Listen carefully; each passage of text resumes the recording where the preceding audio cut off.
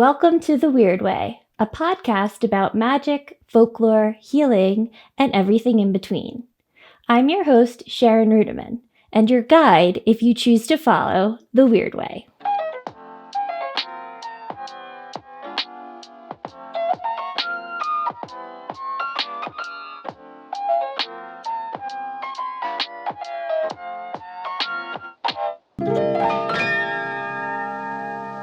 Oh, hey, how's it going? Welcome back to another episode of The Wyrd Way. I'm really excited. I kind of went off on a little tangent, deep diving into the story of The Princess and the Pea. If you're not familiar with it, it's a pretty classic folklore fairy tale written by Hans Christian Andersen. It's a pretty short story, and I sort of take us through what I think it means for us today, living in the world today, because it's a super old story. It's from like the 1800s or whatever. But I think that we can still find a lot of meaning in not what the common theories are, but what my theories are. So without further ado, let's get into this episode of The Princess and the Pea and being a highly sensitive person. I love these storytelling episodes, and I'm like glad that it's not the whole podcast. I don't know why I decided to do it like this, but so far I've been enjoying it, because if it was always like research and storytelling, I think I would be like bored, and you got to keep things interesting. Sorry that everything has been not so consistent on my posting of these episodes. January has just been January, and I'm lucky if I know what day it is right now. So I don't know, maybe you're feeling the same way. But we're gonna do a little deeper dive into the story of The Princess and the Pea by Hans Christian Andersen. If you're not familiar with Hans Christian Andersen, I would be surprised. Maybe you didn't grow up with fairy tales, but he is like up there with Grimm brothers and what have you. And he was my favorite when I was a kid. I loved all of his stories, especially Thumbelina was my favorite. He did The Little Mermaid, The Emperor's New Clothes. What else? What else did he do? Well, The Princess and the Pea, of course. And I actually didn't know much about him. I picked up this copy of The Princess of the Pea from my local library, and it just happened to have like a little history bio about Hans Christian Andersen that I skimmed really quickly. And it also, the edition that I was reading from is an ode to the golden age of illustration, which I also had no idea about. But it makes sense, because a lot of these fairy tales, what was so fun about reading them when you're a kid is like looking at the illustrations. And so as I was going through this story, I actually recognized some from when I was a kid. And that's like the whole point, right, of stories. I mean, is one of the points of stories is to create history, to create, of course, to teach, to pass on stories, to I think sort of bind us in a common history is partially why folklore and fairy tales exist. I mean, they exist for lots and lots of reasons, and stories, I think, are just a big part of what it means to be human, which is why I find myself basically in the storytelling business. And yeah, so this one is maybe the first one I've covered that I really remember, and I really, not that I think about it a lot, The Princess and the Pea, but it does come up, oddly enough. my sister accuses me of being the princess and the pea sometimes. And we'll go more into that later after we read the story. But it is filled with nostalgia. And I think that's why people love nostalgia. People love to remember certain things. And stories help us remember. Stories help us have a common thread and a common ground to connect to others. And when I like reread this story, I was like, huh, that was it? I really thought it was this, or I thought it was that. And I think that's also a big part of storytelling, is that it changes once it goes to the listener, once it goes to the reteller, once it goes and gets passed down. Stories are living and breathing and changing and evolving just like we are, just like society. Okay, so I'm going to step off of my little soapbox. And, well, I guess that's what this whole thing is, right? It's my podcast. But anyway, without going too far deep into that, let's get into a little bit more about The Princess and the Pea. It was first published in May 1853. And Hans Christian Andersen was, from what I read, he didn't have a great childhood. He was kind of a little bit of a curmudgeon, it seemed like. He's known for, some of these pretty famous fairy tales. So at the beginning of the bio, it basically has a quote from Hans Christian Andersen, and it says, "First you undergo such a terrible amount of suffering, and then you become famous." So I guess he didn't really enjoy a lot of fame until much later in life. He had lost both of his parents early on. He didn't really have a very good childhood, and this is just me, guessing, but maybe that's why he wanted to create these fairy tales, why he found himself as a writer of stories for children. Perhaps he wanted to reinvent or to help kids. I don't know. But I thought that it just was really cool to get a little bit of the history when I wasn't looking for it in this edition. I will put this one in the notes. But otherwise, let's get into the story. Once upon a time, there was a prince, and he really wanted a princess. But she would have to be a real princess. He traveled all around the world to find one, but always there was something wrong. There were princesses enough, but he found it difficult to make sure and make out whether they were real ones. There was always something about them that was not quite right. So he came home again and was very sad, for he would like to have a real princess.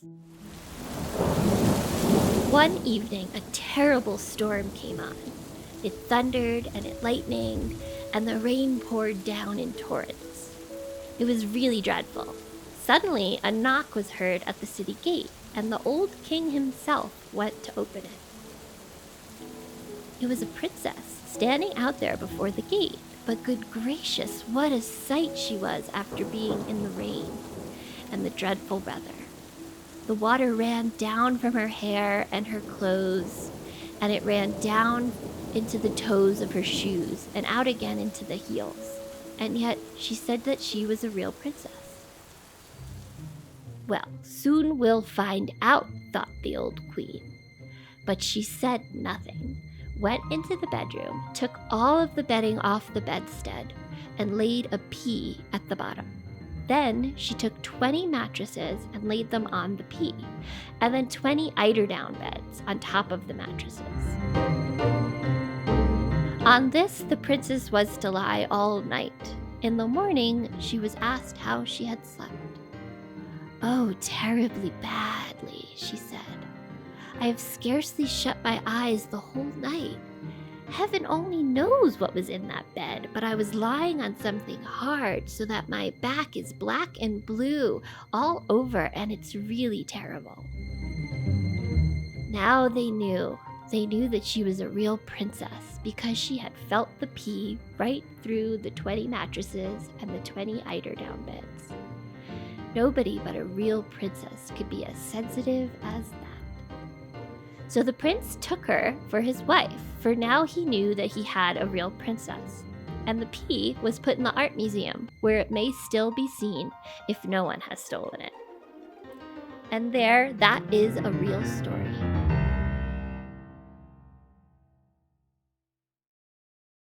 Okay. First of all, I would like to talk a little bit about the language in which this story is written. It's very possessive, and it was like it almost hurt me to read it. The prince, he wanted a real princess. He took her at the end. And so this is obviously, written in a very male-centric voice.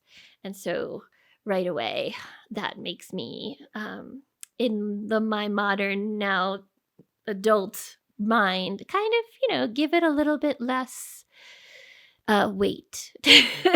But let's look a little bit deeper at some of the stuff that's going on here.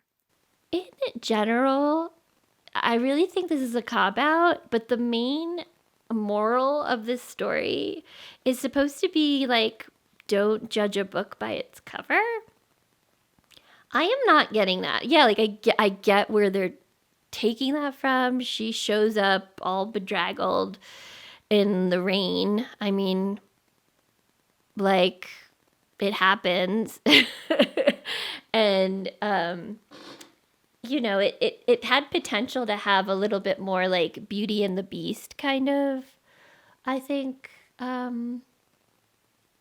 stories here. Like, she learned to love the beast beyond his beastly ways, and he learned to be less of a monster and whatever. But here, it's a very short story. It's very simple, and I think what can be taken away from it in modern times, because I do think it's still relatable. I still found ways for it to be relatable. It's okay to be a sensitive person. I myself identify or whatever as a highly sensitive person. And it took me a lot. It took a lot of people saying to me that I was very sensitive. I mean, I grew up knowing that, I had sensitive skin and I had a sensitive temperament, and I, could easily be grossed out by stuff. And I had a lot of, sensitivities and allergies. And as I got and as I got older and I lived in New York City, I grew a lot of like tough exteriors. I learned a lot of protection that wasn't really helpful, as one learns when they're a kid, to protect your sensitivities. You learn to wall up. You learn to block out certain stuff. You if you are very sensitive to other people's emotions, then you may learn to, like I did, become unemotional or less emotional. And it parts of my healing journey over the last 10 or 15 years, a lot of that has been unlearning those ways, working with my inner kids and what have you. But also, a big part of my journey is owning that sensitivity and kind of looking at it as a superpower in a way, because I'm sensitive. I can feel into things that other people maybe aren't as aware of. It doesn't make me special. There's a lot of us out there, but it's one of the parts of being me is that I'm sensitive. And I think that in America, mostly Western cultures, I can't really speak knowledgeably about other cultures, but this is the one that I live in. Sensitivity is not celebrated. It is in this patriarchal, like, suck it up and, hug her down and grin and bear it. That is not a culture that celebrates sensitive and subtleties and intuition and, things that are often thought of as feminine or been gendered that way.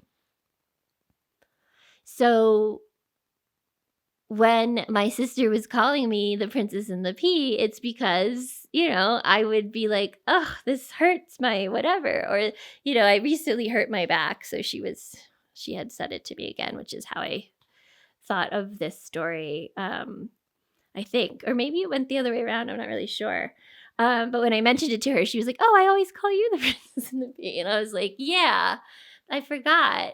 And it's because I'm sensitive. I can feel, not that I could feel a pea through 20 mattresses, but almost. And what I've learned through, this recent back injury after I got over feeling sorry for myself, because of course that's like the first place I go to when I'm sick or when I hurt myself. But then it sort of led me down a path of curiosity eventually. Eventually I got there. I didn't at first. I'm not that enlightened. Or I'm aware. I have very good self-awareness, but I'm also human.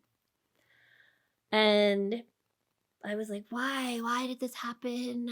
I was feeling, I was having so much fun out there. I was snowshoeing. That's how I hurt myself. And I had a really good time, and I'm gonna do it again.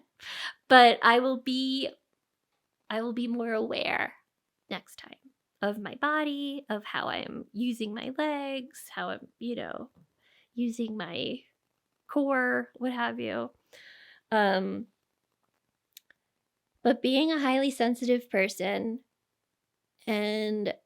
or being somebody who's injured, it brings awareness to different things. It brings awareness to things beyond the initial experience. I think that highly sensitive people are gifted because they've probably, if you're going through something, they've felt it. They have empathy. They have the ability to reflect. If we didn't have highly sensitive people in this world, I think it would be a very loud, boring, obviously if everyone was the same. But I think the sensitive, they're the artists. They're expression, they're creatives. And so I think that there's strength in there. And I think that that's kind of coming off of the lessons from the previous episode. And the message for 2024 is that there will be strength in our sensitivity. There, especially when it comes to being sensitive to others. I think another lesson here is one that I read anyway, or theory, is that Hans Christian Andersen might have been just taking the piss out of, the rich or the royals, which is a common theme, I think, in his writing, as you can see in like The Emperor's New Clothes and stuff like that. But yeah, I could see that in The Princess and the Pea for sure. But I prefer the story of sensitivity, especially since that is the last line. Like, I'm always at the airport. I've been traveling every 3 weeks for healthcare over the last year. And so I'm always at the airport. And at the airport, all you see are what you mostly see are people being very selfish. It's a really weird phenomenon that happens. And as I've become more of like a business traveler, because I do it so much, I can see those tendencies sort of relaxing in me. And what's really hard to do at the airport is to be sensitive to other people. It becomes like a very and I think it was created by the airlines and all that jazz. Like, you have to pay so much, and you feel very entitled when you're getting on a plane. You paid an extra $35 to get on before these other schmoes that didn't pay, and you are going to push that old grandmother out of the way so that you're in line first. And it is so ridiculous because at the end of the day, it's assigned seating and it doesn't really matter that much. And so yesterday, as I was coming home, the train system wasn't working at the Denver airport, and so we had to get on buses. And it wasn't that big of a deal. It actually went very smoothly. But as I was like going out the door, this other woman like squished through the door at the same exact time as me. And I was just like unaware of her until that moment. And she looked at me like I was a total asshole. And I was just like, and so I gave her the same kind of look back because, airport mentality. And then I was like, ugh, I was like so upset with myself because I let that happen. And I thought I had gotten over these feelings, but it takes work. It takes, it's hard. It's not necessarily something that I think is taught. And maybe it's being taught more to kids now to be sensitive to others and to be allowing of others and their emotions and their needs. And, I think kids probably are better at it than most of us adults, until you learn to grow up and you have to, unlearn the stuff your parents taught you and whatever. But I bring up the airport because in those situations is when I find it the hardest to be a nice person, to be a sensitive person. There's so many people, there's so many angry people, and this was like a smooth ride. Like, I didn't have, any kinds of issues. Like, forget about it if something goes wrong. And I just think that if we all had like a little bit more patience and allowance for the other humans that we're dealing with at the airport, it would be like a much nicer experience. Now, of course, it would be better if like they treated us humanely, and didn't charge us like $1 million just to like fly domestically for 2 hours. But while we may not be able to change the system that we're in, we can always change the way that we participate within it.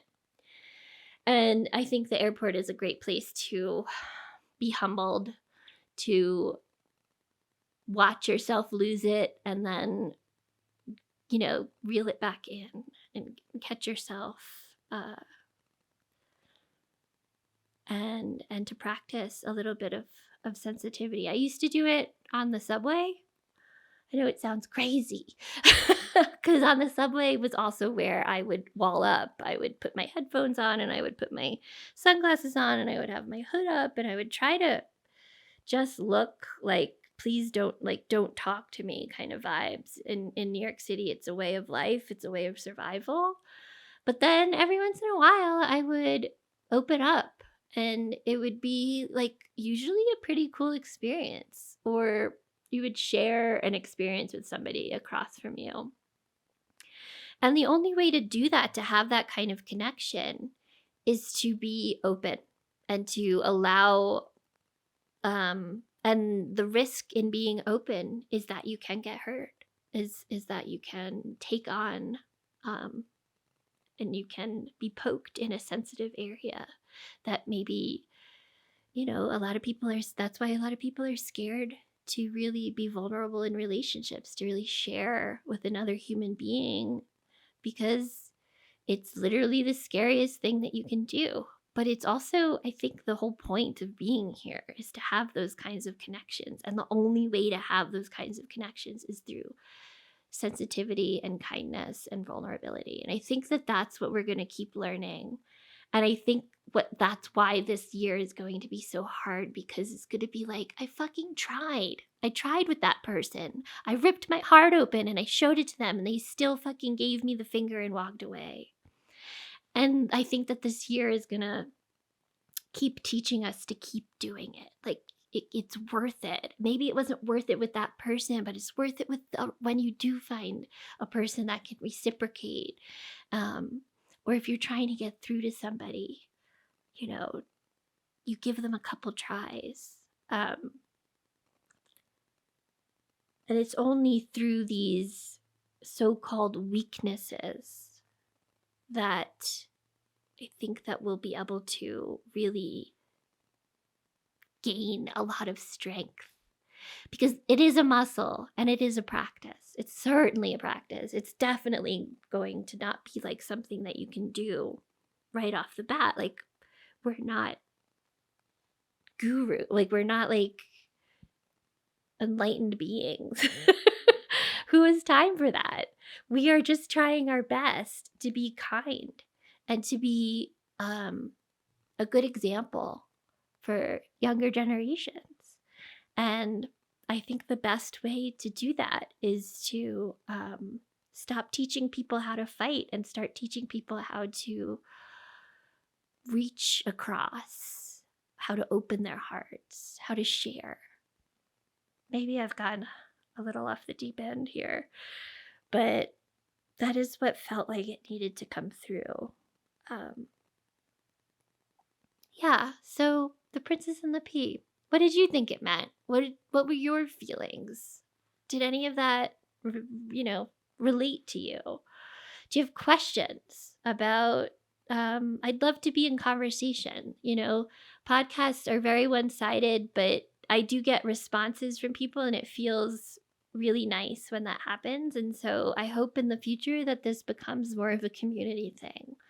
And so if there's stories you want me to do, or if there's topics you want me to cover, or you have questions about the tarot or intuition or any of that, please do not hesitate to send me a message. You could always get me at hello@thewyrdway.com. You can send me YouTube comments. I always see them for the most part. All the usual channels there.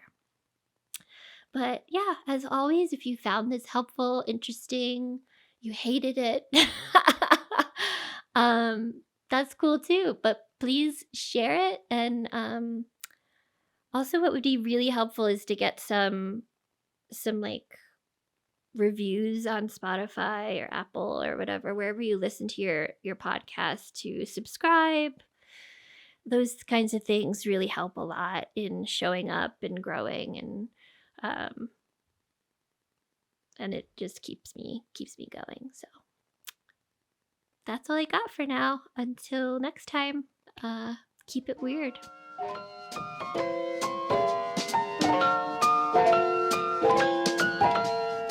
You have been listening to The Wyrd Way, recorded, edited, and produced by Sharon Ruedeman and Video Magic.